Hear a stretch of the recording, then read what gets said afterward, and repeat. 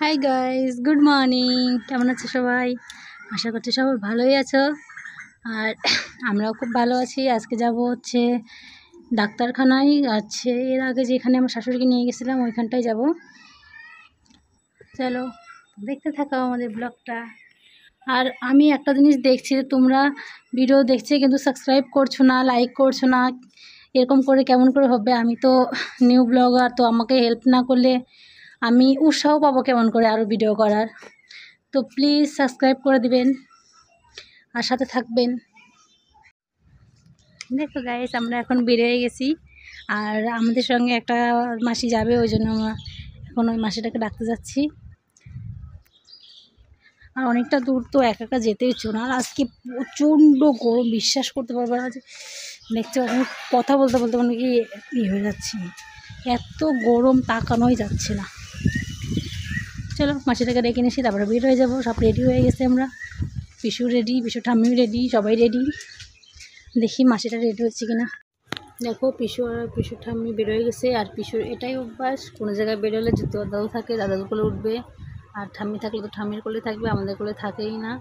আমি আর টোটোতে চলে যাচ্ছি। আর এখন একটা ওর অভ্যাস হয়েছে, মানে তোর যে কোনো গাড়িতে উঠলে ওকে এখন সিটে বসাতে লাগে, মানে এরকম বড় বড় মানুষের মতো ব্যাপার।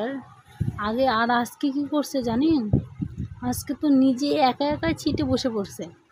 ভাবতেই পারিনি সিটটাতে কেমন করে বসলো, একাই উঠে বসে পড়লো সিটের মধ্যে।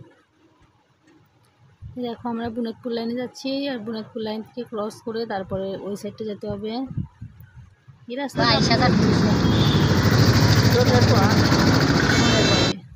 মোড়টা যেটা বলে। আর আমি আজকে সেরকম ভিডিও করতে পারছিলাম না, কারণ একটা বলছিলাম না একটু মাসি যাচ্ছে, তো উনি এগুলো পছন্দ করেন না, কি বলবে না বলবে, ওই জন্য করা হয়নি।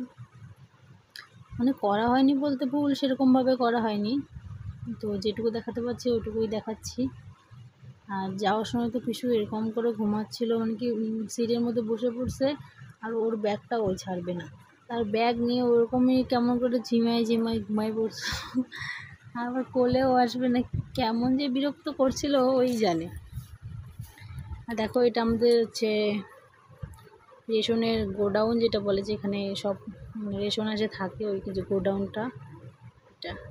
এই রাস্তা আপনাদের পুরাই চেনা, এটার ব্যাপারে আর কি বলবো।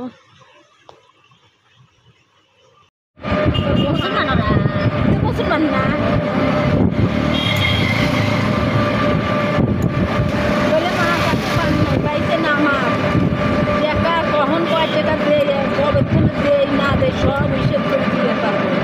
এখন কাম করি না, তাই রাজমিস্ত্রির হিসেব থাকে, রাজমিস্ত্রির হিসেব করে আমি কুড়ি কুড়ি করে।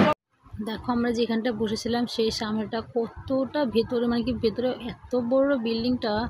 আর আমার সব থেকে বেশি ভালো লাগলো এই গাছগুলো, মানে এত গাছ লাগাইছে। আমি তো শুধু গাছ দেখি, বাগান দেখি, আর ভাবি কবে আমাদের ছাদটা হবে, আর কবে আমি নিজের বাগান বানাবো। আর এই যে পিসুর এখন খিদা পেয়ে গেছে, ঘুম থেকে উঠেই বলছে দে আমি কেকটা ছিঁড়ে দিই। ওটা আমি বলছি দে আমি খুলে দিই, না নিজেই খুলবে, এত বদমাশি করে। আর দেখো কত স্টাইলের ফটো উঠায়, আর বলার মতন। দেখো এগুলা স্টাইল দেখলে কেউ বলবে যে এটা ছোটো বাচ্চা। আর এই ফুল গাছগুলো দেখো, মানে কি এত সুন্দর লাগছিল, ক্যামেরাতে অত বোঝা যাচ্ছিল না, কিন্তু এত ফুল ফুটছে আর এত সুন্দর লাগছিল না।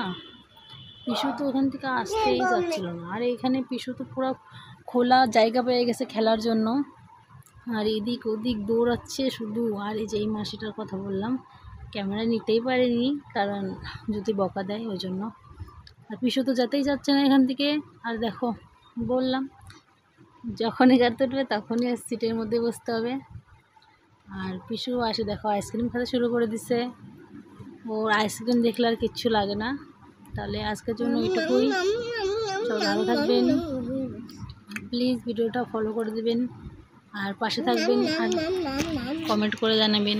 Tata bye.